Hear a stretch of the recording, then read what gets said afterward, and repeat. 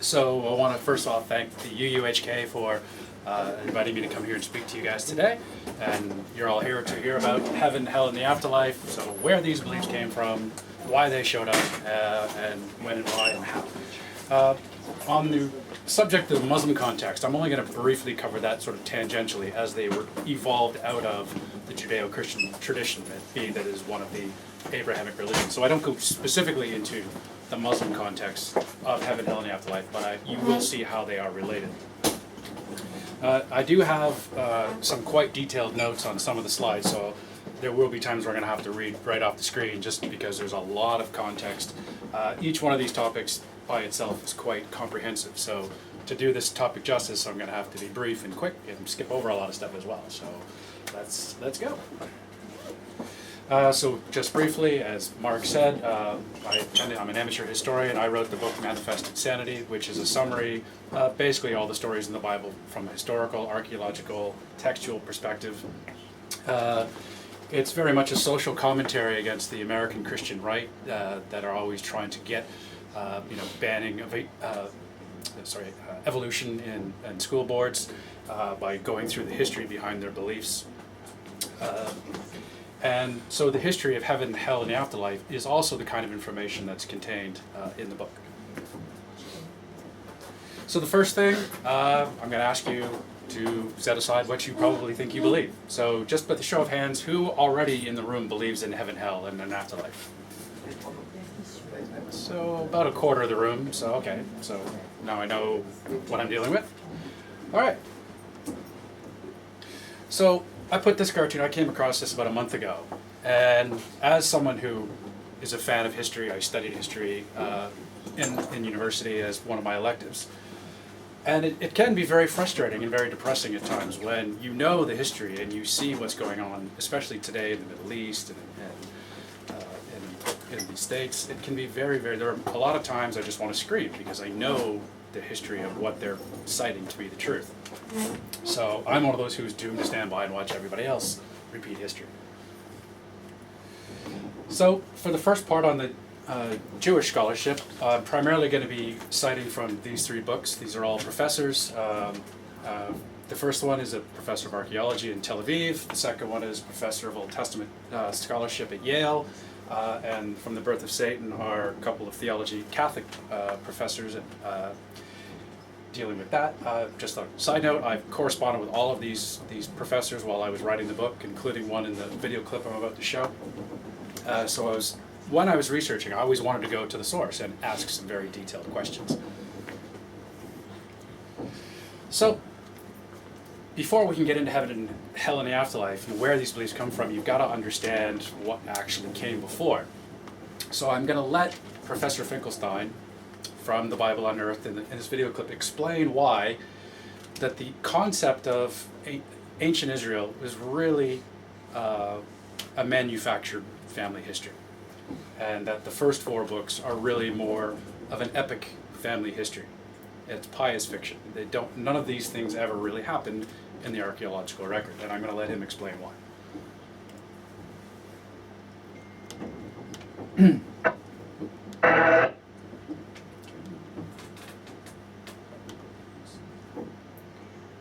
The secrets of the Old Testament.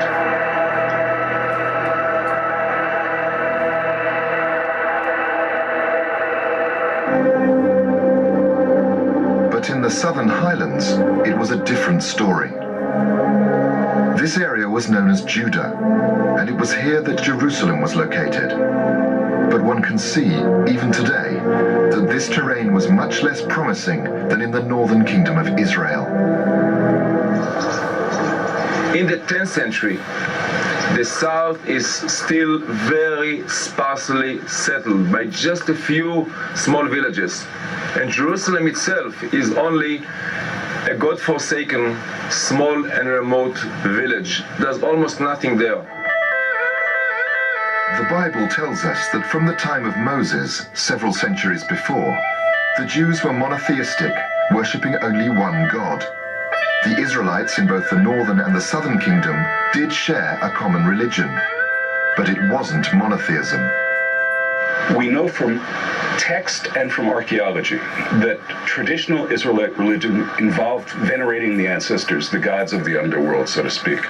We know from texts, at least, and from iconography that we find in the ground, that traditional Israelite religion involved venerating the stars and the planets. We know, therefore, that traditional Israelite religion was polytheistic. By the late 7th century, Assyria had withdrawn from Judah. Hezekiah's great-grandson Josiah now appears to have begun developing ideas of expanding Judah. To rally his population behind him, he redoubled and intensified the centralization of worship around Yahweh. In order to achieve the ideas of extension, territorial extension, and so on, Josiah needed centralization of power, strong administration, complete control of the state. One way to do that was to centralize cult, to do this reform of cult, which would lead back to the idea, to the pan-Israelite idea, that all Israelites must worship one God, that is the God of Israel, in one capital, that is Jerusalem, in one temple, that is the temple of the God of Israel, under one monarch, one king, the king of the lineage of David. That was the pan-Israelite idea, which came into being in the 7th century BC. At this time, Josiah's priests are said to have discovered a lost text which greatly emphasized the worship of Yahweh. They called it the Book of Law. It was almost certainly the Old Testament book that became known as Deuteronomy. The book of Deuteronomy perpetrates one of the great reformations in history. It imposes a strict philosophical monotheism that banishes all other gods from traditional culture. This was part of a reformationist program in which King Josiah attempted to centralize not only power, but the ability to reach the realm of the divine into his own hands, in Jerusalem, in the temple which sat in the backyard of the royal palace. So somebody, a person or a group, sat down at that time and wrote the early core of the story. And the story serves Judah. It puts Judah in the center of the universe.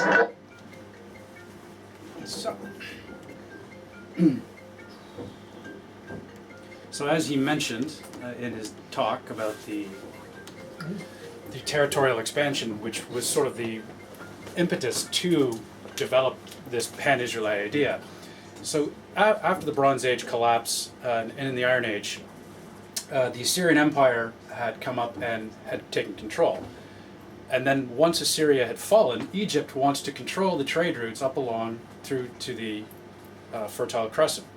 So what he's talking about, when Israel is gone and Judah wants to expand, but Egypt also wants that control. So there's this creation of this family story, the patriarchal narratives, the story of the Exodus, is we beat them before, we can beat them again.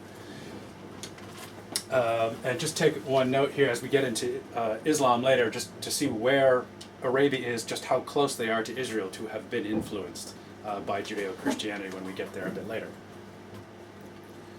So the history of understanding these, where the history of heaven, hell, and the afterlife come from, are major turning points in Jewish history.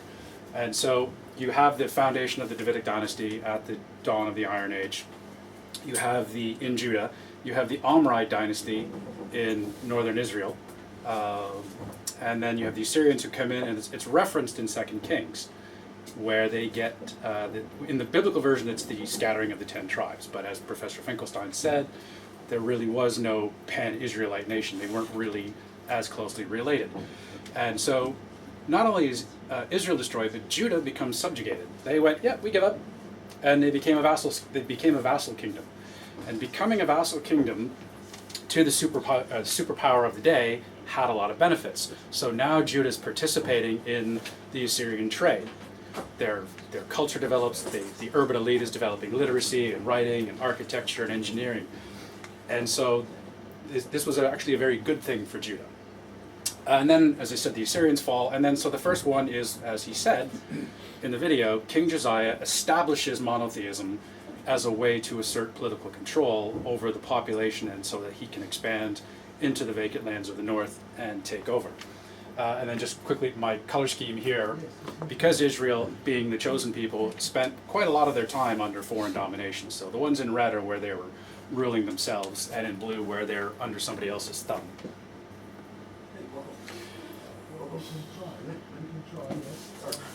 And those of you who are familiar with American politics and know about negative campaign ads, as Professor Finkelstein said, the story serves Judah. I took these quotes from 2 Kings, where they're referring to the kings of Israel, and you can see it's just one after the other, and they all say the same thing. There's no originality about that which was evil in the sight of the Lord. The writers in Judah are disparaging the northern kingdom. You've all heard of Jezebel. Well, they were one of the Amorites. Ahab and Jezebel were some of the Amorite kings and queens that were denigrated by later scribes in Judah.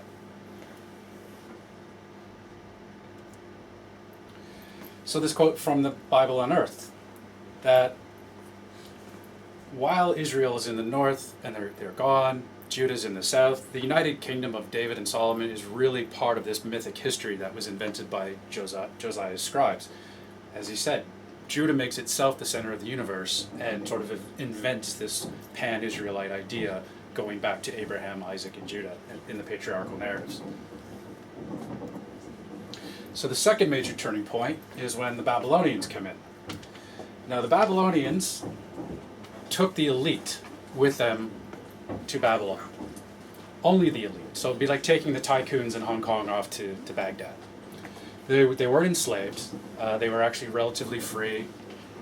And they would have been exposed to ancient Sumerian beliefs, such as the Epic of Gilgamesh, which is the root of the story of Noah. And I will be coming back to that a bit later, because the Epic of Gilgamesh plays a big role in the development of the imagery of Satan. However, the Babylonian exile, you see, didn't last long. It was only about 50 years. So in the beginning, the Jews didn't really have a belief in the afterlife. They didn't go to heaven. That was where God's place was. That wasn't for us. If they had any belief at all, it was in Sheol. That was the shade lands that you just blinked out of existence, or you ended up in this sort of shadowy netherworld.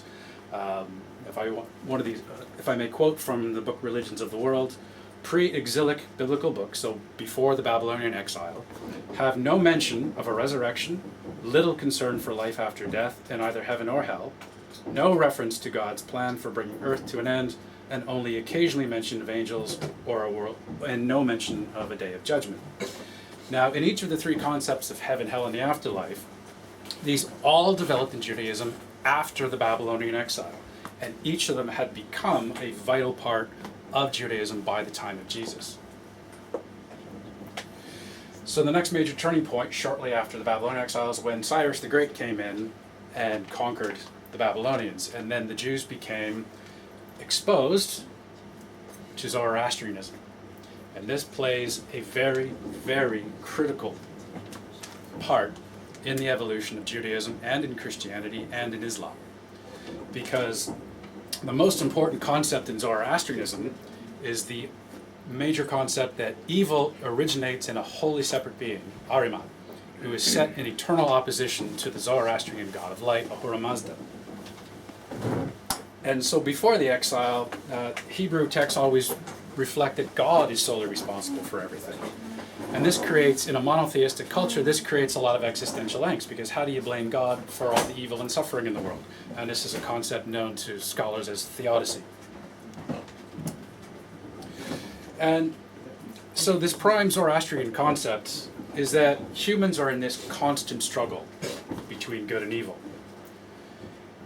And so this dual nature is light, dark, good, evil, good, bad, yin, yang. And it's this balancing act. And you can see that Zoroastrianism has an influence on Job, on Zechariah, and on the Book of Chronicles, all which date from the Persian period. And they all feature a satanic figure. Now notice in this passage from Job, one, he's called a son of God, and two, he's just wandering around minding his own business. He's not causing any trouble. And so there are a lot of parallels in Zoroastrian and Christian narratives, such as that those on the path of righteousness will reap the rewards, while if you follow Ahriman, you will suffer. And each of these paths involves this idea of a post-mortem judgment, where the good would go to paradise and the evil would suffer. And so in this quote from the Bible on Earth, you can see the professor was stating that this reveals the most important portrait, but he's far from demonic. He's leashed. He's not acting independently. And the other part of it is, even though in English it says Satan, in Hebrew it's Hasatan. And Hasatan is an article, the adversary, the obstacle, the prosecutor, as we were saying earlier. It's not a proper noun. It's not a person. It's, we're going to unleash the advocate to come and test mankind. Now contrast it against 2 Chronicles, and 2 Chronicles is widely believed. In the Old Testament, it is not, the Christian Old Testament, it is not the last book of the Bible. However, in the Hebrew Bible, 2 Chronicles is the last book in their order. The orders of the books were changed by the early Christians to make the Old Testament flow into the New. So contrast this passage from 2 Samuel with Chronicles, where David does a census and God punishes him, where in Chronicles it's Satan who did it. So if I can read from the birth of Satan, the Chronicles are concerned with presenting David in a more positive light. He reflects the growing existential frustration of a monotheistic people who find it difficult to accept a God who is the author of both good and evil. By assigning blame to Satan, the chronicler is able to preserve David's integrity and keep Yahweh's reputation unblemished. And from Professor Collins at Yale, much of the chronicler's history can be explained by his theological and ideological preferences. Chronicles describes history as the author thought it should have been. And so you can see Satan is starting to evolve in later Judaism.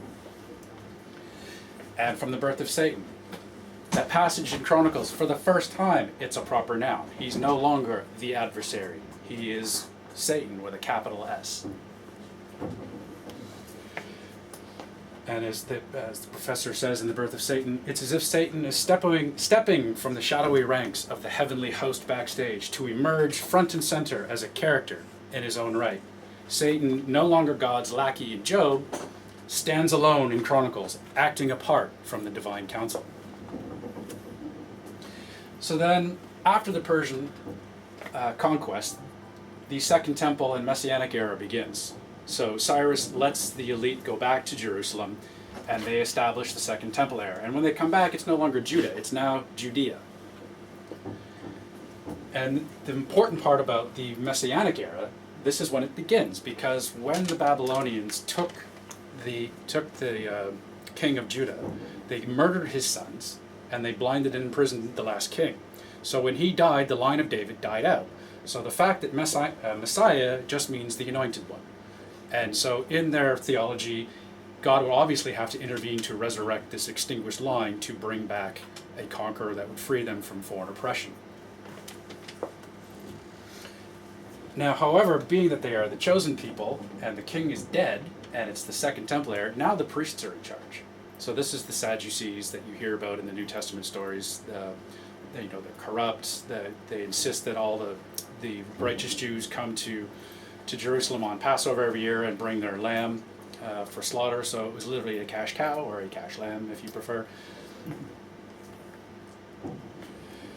And this is also at the time when the Bible, the Hebrew Bible, is substantially completed by these post-exilic priests. And you see that the Bible becomes its substantially final form. There are a few more books, such as the Chronicles and Daniel, that do come later. However, the exiles that came back had a bit of an attitude.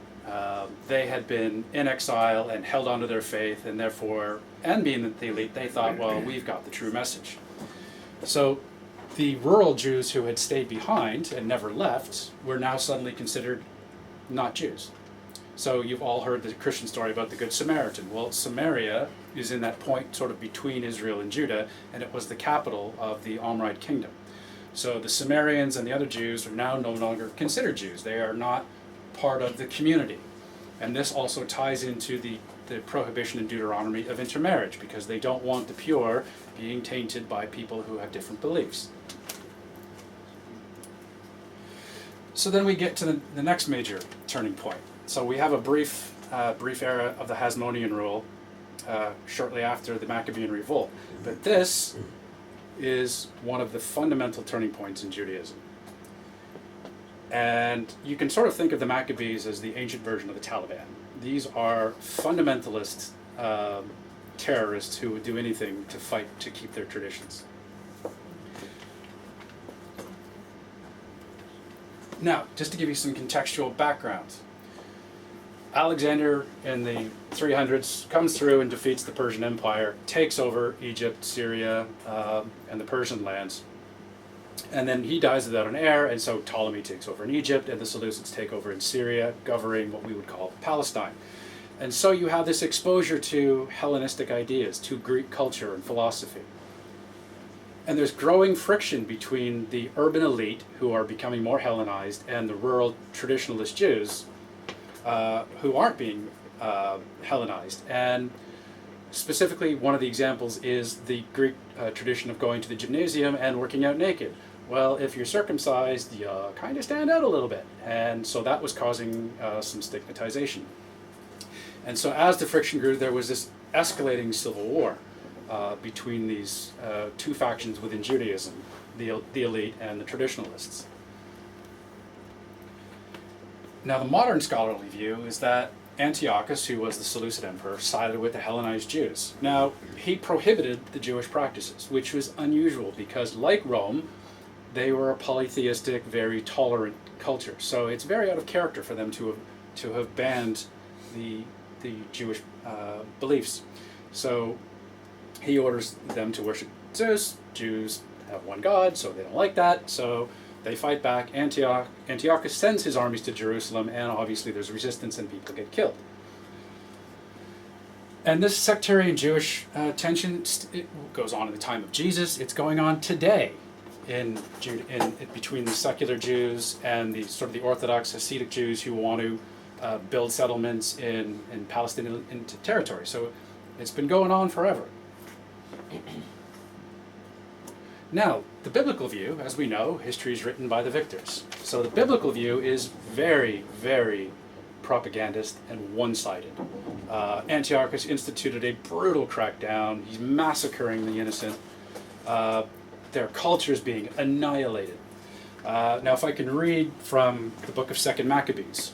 Raging like a wild animal, he set out from Egypt and took Jerusalem by storm, ordering his soldiers to cut down without mercy those whom they met and slay and took refuge. There was a massacre of young and old, women and children, virgins and infants. In the space of 3 days, 80,000 were lost, 40,000 meeting a violent death, and the same number sold into slavery. So you can see the biblical view is very much skewed. It's very much designed to evoke this, we're being oppressed and killed and murdered by these overzealous Greeks. Now, I like this quote from Christopher Hitchens. It may be offensive to some, but it actually quite succinctly sums up exactly what happened. That to celebrate Hanukkah is to celebrate the triumph of tribal Jewish backwardness over modernizing Greek philosophy, which accidentally gives birth to its bastard child, Christianity. Now, as without Orthodox Christianity, Orthodox Judaism and Roman Christianity to influence Mohammad, you wouldn't have Islam either. So the fact that the Maccabees won has fundamentally changed the course of the last 2,000 years of Western history.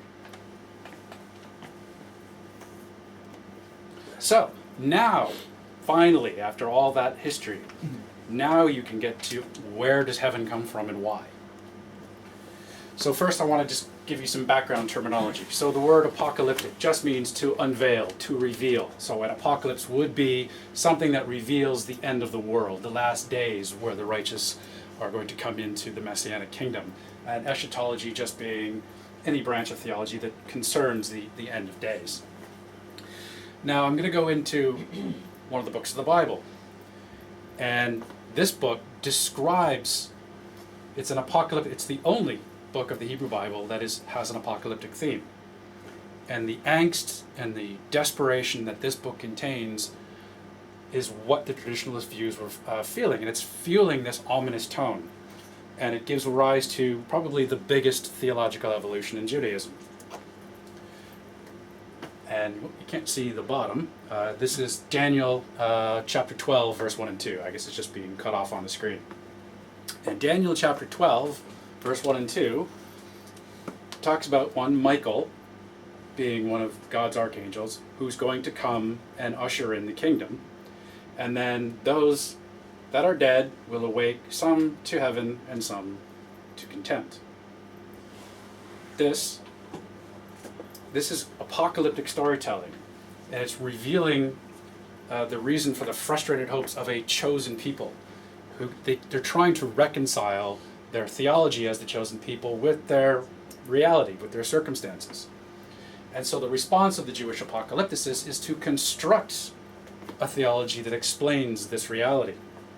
And Daniel actually follows very consciously the story of Joseph. Daniel is a pious Jew living in Babylon. Joseph is a pious Jew living in the court of the kings of Egypt. They both rise. They both have dreams that they can interpret. This is done very deliberately.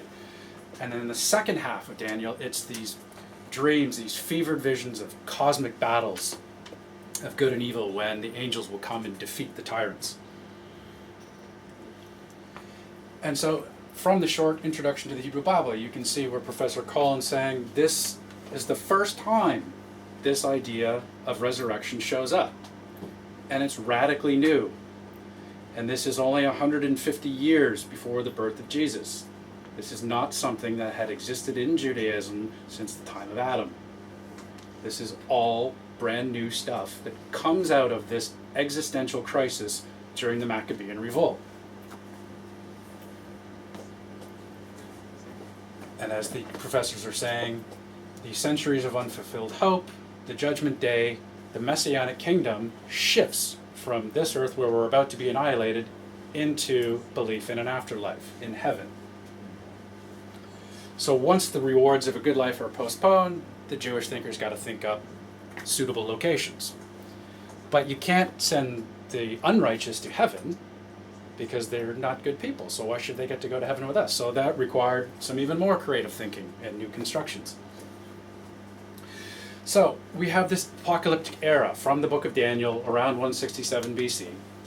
The intertestamental period, so the book of Daniel, widely believed to be the last book of the Hebrew Bible to be written, and the letters of Paul in 50. So between the intertestament, the Old Testament and the New Testament, is the intertestamental period. This is an era of continuously rising apocalyptic beliefs. This is where Satan reaches his climax in the literature, such as Life of Adam and Eve, Second Enoch, and a lot of other books dealing with Satan and the crisis that the Jews are going through under foreign rule, especially when the Romans come in later. And so these apocalyptic thinkers are revealing the end of the world. So we get from Sheol to hell. So Molech, who was a Canaanite deity, responsible for the child sacrifices, and I have lots of Christians say, but there is no child sacrifice in the Bible. I'm like, hello, Abraham tries to sacrifice Isaac. Child sacrifice went on quite a bit in ancient Israel. However, Molech is not associated with Satan in the Bible, but he does influence the later apocalyptic era intertestamental writings. So these are the verses that deal with the child sacrifice. As you note, Jeremiah, Micah, Hosea, Amos, they're all prophets condemning the practice of child sacrifice because it's not what God wants. God wants us to be nice to each other. He doesn't want us slaughtering children and lambs and goats and turning the temple to blood. That's counterproductive. And despite all these prophetic practices, it still continued. Now, where these child sacrifices took place was at an altar just outside Jerusalem in the valley of Hinnom, which in Aramaic became known as Gehenna. And Gehenna was the term that the early Christian writers were using. It would have been very identifiable to the early Christians, Gehenna being this portal where the sacrifices took place. Because after the sacrifices did stop, it became the garbage dump of Jerusalem, and it was perpetually on fire. And so the imagery became that the portal into Sheol, the shade lands, was through Sheol. And it also morphs, it was remodeled from a morgue where it was just, that's where you ended up, to becoming this place of judgment. So things get lost in translation. So this is the first verse where Sheol appears in the Hebrew Bible, describing how Jacob is mourning the death of Joseph, and he's going to go down to Sheol. And so you get this literal loss of translation when you go from Gehenna, which has so much imagery and meaning to the people. They know what it means.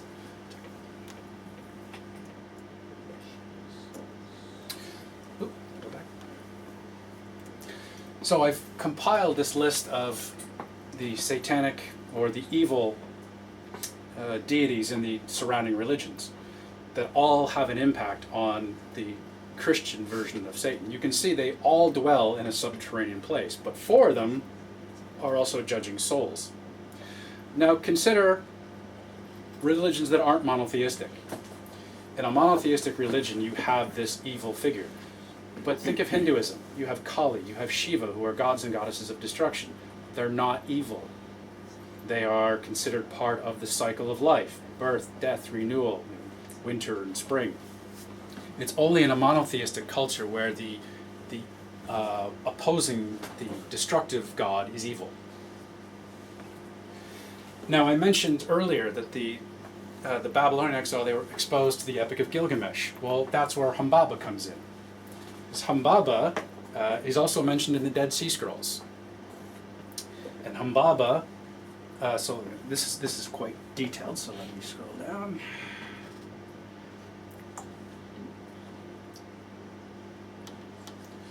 So in the epic, it makes 4 contributions to the development of the idea of Satan.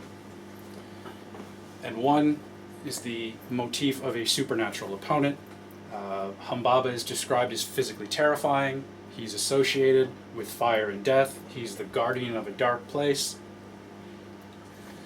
The second is this permeable barrier between humanity and this fiery netherworld. The third is a trickster god who's always a member of the divine court. And the similarity, and he's always ready to break ranks. And the similarity between the Epic of Gilgamesh and other Christian and Jewish apocalyptic narratives, such as the theme of good triumphing over evil, life over death, the underworld inhabited by an evil character. Mot is the son of El. Hasatan is a son of God. And that this adversary must be conquered, and that you have personal responsibility for your sins and subsequent judgment. So ironically, just as the ideas of hell and Satan have reached their peak in Judaism, they're already starting to go out of fashion in Judaism. Just when Christians come along and pick it up in time to screw up our lives for the next 2,000 years and influence Mohammad 600 years later.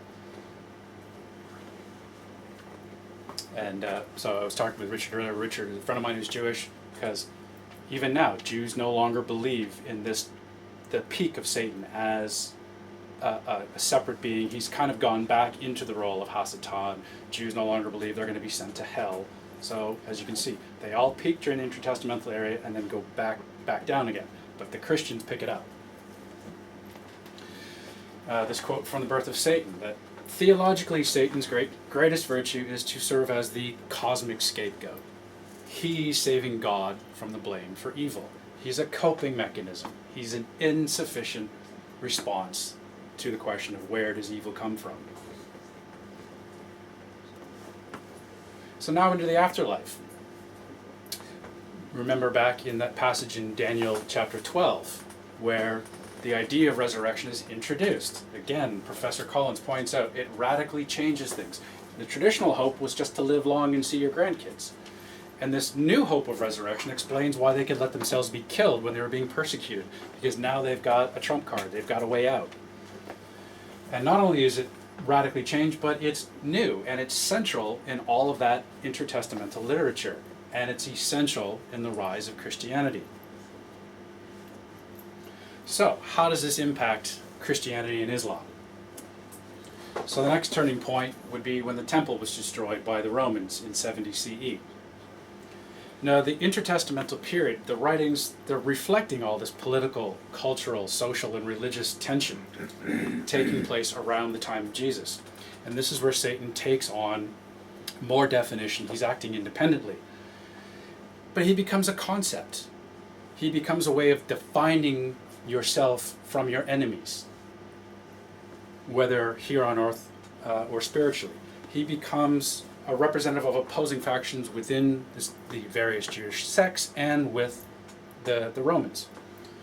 And so when you read the gospel accounts, Matthew, Mark, Luke, and John, and Paul's letters, you've got to read them through that contextual framework that Mark is writing around 70 CE when the temple is destroyed. So he and his readers are assuming they're living in the end of days. And when you read Mark now, knowing this kind of stuff, once you go back and read it, that apocalyptic message is blatantly obvious. It stares you in the face. And you can see here the Arch of Titus, where the Romans are carting back all the temple, or all the treasures of the temple, back to Rome. Also, the term zealots. The zealots were a group of Jewish bandits who were fighting back against the Romans during the First Jewish War. So I'm not going to go into why Jesus was an apocalyptic prophet. Now, this is the talk I gave to the Skeptics Pub a little over a year ago. So I'm not going to go into the detail, but just you've got to understand that the world that Jesus and Paul live in is this world of apocalyptic chaos and all these writings. And it's important that you grasp that the message that Jesus preached was no different from that of all the other first century apocalyptic preachers. So the scholarship on the Christian side comes primarily from these three professors. Primarily, Albert Schweitzer's, whose 1906 book, The Quest for Jesus, radically changed the course of 20th century New Testament scholarship. Now, Schweitzer was a Christian, and he was trying to prove that Jesus was the Son of God. Yet, he ended up changing the course because what he found in his research emphasized that Jesus was indeed an apocalyptic preacher, and he must be understood in context of this first century apocalyptic ideas. And this quote from Professor Ehrman, Jesus never expected there would even be a 20th century, let alone a second or a third. Jesus had no concept that we'd even be here today. He was thinking it was all coming to an end in his lifetime. So the kingdom references are all through the Gospels. Specifically this one. There are some that stand here that shall not taste death till they have seen the kingdom of God. This is Jesus talking to the disciples, telling them it's going to happen before the last one of you dies. Now there are 119 kingdom references throughout the Gospels. There are 8 that are authentic to Paul, and there are 6 in some of the forgeries. Think of the Lord's Prayer, thy kingdom come. This message of the coming kingdom is rampant throughout all of the literature. And it's there staring you in the face when you know what to look for. And this idea of the coming kingdom is also central in Mormonism, in Jehovah's Witnesses, and in Adventism. And Paul clearly believes in the immediacy of the second coming. In 1 Corinthians chapter 7, brethren, the time is short. In 1 Thessalonians 4, we who are still alive, not you, but we. And essentially, Pauline Christianity and all of this idea of the second coming is that each generation hopes to see the world destroyed. This is a death cult. This is something that wants to see the world come to an end and the kingdom established. However, Paul changes the message. The scholars like to say that Pauline Christianity is not the religion of Jesus, it's the religion about Jesus, because Paul changes the message that now it's about believing that he came and was sacrificed and was resurrected for us. Now Paul, being one of Paul is believed to be a Pharisee, and the Pharisees, along with Jesus and the Essene community of the Dead Sea Scrolls, believed in the book of Daniel. The Sadducees, the temple priests, the status quo don't believe in resurrection and afterlife, but Paul would have.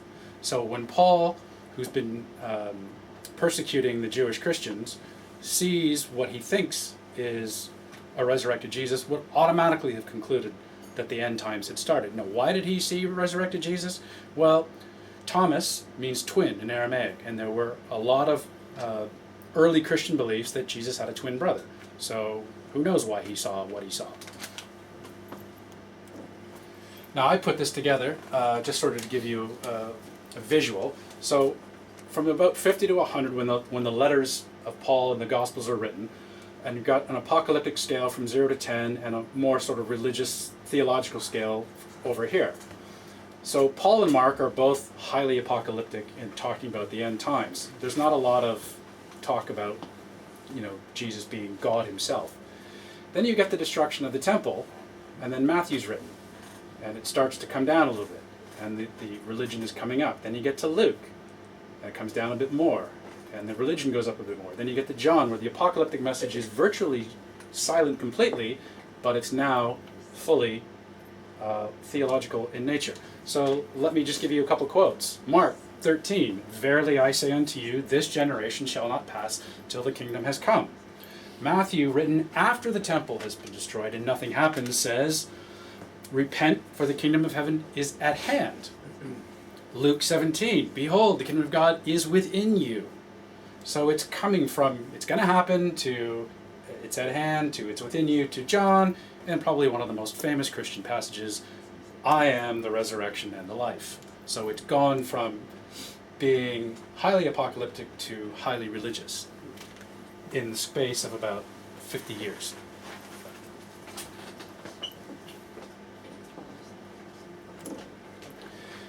And so we get into the aftermath. So what happens? There's no last judgment. The last disciple has died. Still nothing has happened. So Christianity morphs from about 100 CE into what we have today. So the later organized Christianity, now think about this. Paul's writing letters to individual communities. There are no organized churches. There's no priests. There's no bishops. There's no popes. These are all apocalyptic communities living in the end of days. So there is no organized church. But when the last disciple dies, the church settles in for the long haul, and they become organized. And they all have no choice but to ignore what Jesus and Paul themselves said about the certain and imminent end. And so, just like in Judaism, during the Maccabees and the Messianic period, the belief in the kingdom on earth morphs. It becomes the afterlife. It doesn't happen here, it happens after we die. So the Christians followed exactly the same path that the Jews had done about 200 years before. Now I did this a couple of years ago, this just popped into my head. But as Christianity is expanding, they're going into Egypt, they're going up into Syria and into the lands of Greece. What are they doing? They're converting pagans and polytheists. So what do? They take the imagery of their gods and they associate it with evil. So the horns of Baal, the red skin and tail of Set, the feet of Pan, and Neptune's trident. And you get the imagery that we have today by just demonizing what were once the noble gods of polytheistic cultures. Now, as the idea of hell is evolving, there's two elements that are constant. It's a post-mortem torture chamber, and where the unrighteous are punished, and it's the residence of Mr. Flanders here. However, there is no mention of hell whatsoever in the Hebrew Bible, and the proverbial pit of fire is completely absent. It's Dante's Inferno, it's Milton's Paradise Lost that give modern Western people this concept of the fiery pit. But in Dante's Inferno, it's only the lowest rung of hell that has any fire. And in Milton's Paradise Lost, when Satan falls, he's cast into a fiery lake. So I've compiled this list of the references in Paul and the Gospels for you that show you, one, hell and Satan are pretty much mutually exclusive. It's only in Matthew 25, verse 41, where Satan appears in hell. That's it. One verse. And for Paul, he's just saying there's no kingdom for the sinners. If you're righteous, you'll be resurrected and go to heaven. If you reject Christ, you'll just blink out of existence. And the idea of hell, sending sinners to hell, doesn't even exist in Paul's letters. It's not part of his theology. He's using it to oppose, to criticize anyone who opposes him, including the apostles. He refers to the apostles as being satanic in 2 Corinthians chapter 11. Now, Mark 9 is the first verse of the Bible where hell shows up, and it's now becoming apparent that hell is a literal place. And that's the verse about, if your eye offend thee, pluck it out, lest thee go to hell. However, there's no Satan. Now, Matthew's community is another marginalized group that's being opposed by the Pharisees. And he casts his opponents in a satanic epithet. And it also shows up in the Dead Sea Scroll literature as well, that they identify their sectarian rivals as satanic. And there's a clear distinction between the saved righteous and the sinners who are remanded to hell as a place of annihilation and torture.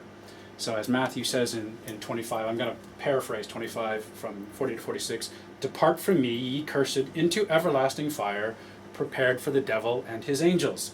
And these shall go away into everlasting punishment, but the righteous into life eternal." That's the only verse of the Gospels where Satan and hell coincide. Now for Luke, there is a hell, but there is no Satan. And his Satan, and Thomas Aquinas 1,000 years later, echoes the same point of Luke, that the people in heaven and hell can see each other. The good little Christians are floating around on their puffy little clouds, and they can look down on those suffering in hell. There's an element of schadenfreude here, in delighting in the torture and punishment of anyone who's not like you. And as with other apocalyptic writings, the Jews with Daniel, as they were criticizing the Babylonians, the book of Revelation was very well known to be aimed at the Romans, because this apocalyptic genre is used as a way to mask your contempt. So, if we were to try to criticize Beijing, we wouldn't call it Beijing. We would call them that great Satan, so they wouldn't string us up. And so this is a very familiar tool to apocalyptic Jews and early Christians. And as I mentioned with Matthew, it's very common to characterize your opponents in a satanic epithet. Now, Revelation, which was written in the time of Domitian, who, like Antiochus, said you must worship Zeus, Domitian says you must worship me. And this is when Revelation is born, because they're persecuting these Christians. And it's also, Revelation follows the book of Daniel. It follows the same pattern.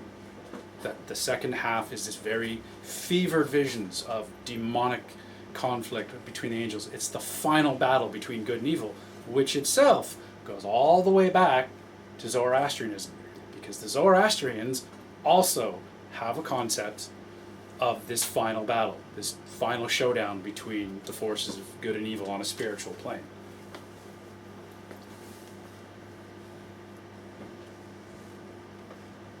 Now, I like this quote from the Australian comedian Jim Jeffries, because think about it.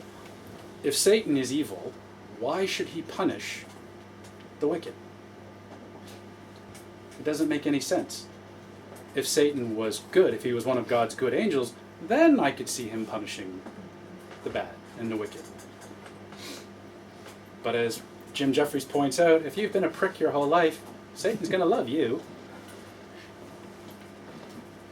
Now, the concept of hell, from the early days of the church, the organized church, the threat of eternal punishment was used as a doctrine of terror to scare these Christians into behaving. There's a Jewish rabbi in Los Angeles named Dave Wolpe, he's very well known. He's debated Christopher Hitchens. He does a lot of the Intelligence Squared, and I also corresponded with him when I was doing the research on my book into the Jewish beliefs of heaven, hell, and the afterlife 3 years ago. I was corresponding with him, and Rabbi Wolpe related to me a story that he'd had with a Catholic bishop. And the Catholic bishop said, "I am required by church doctrine to believe in hell. I am not required to believe anyone is actually there." And so we get into Islam 500-600 years later, and they start merging with the Judeo-Christian beliefs. Now, there were Jewish tribes living in Arabia at the time that he would have been exposed to. Muhammad was a traitor. Remember from the map, Arabia is just due south of Judea. So the traders, the caravans, they would have been exposed to the Jews and the Christians and their ideas. And the influence is obvious. Gabriel is the one who dictates the Quran to Muhammad. The descent of Jews from Abraham through Ishmael and the Jews through Isaac. The Dome of the Rock sits on Temple Mount in Jerusalem. And the apocalyptic Judeo-Christian influence is this eschatological punishment. In the Quran, he's saying, "I've come to warn you about the end days." So it's very obvious that it's the Jewish and the Christian ideas of an apocalyptic end times are what fueled Islam. Now, the irony of all this is the Persians who thought up this dual nature, who influenced the Jews, who influenced Christianity, who influenced Mohammad, who then take over Persia, and it's come full circle.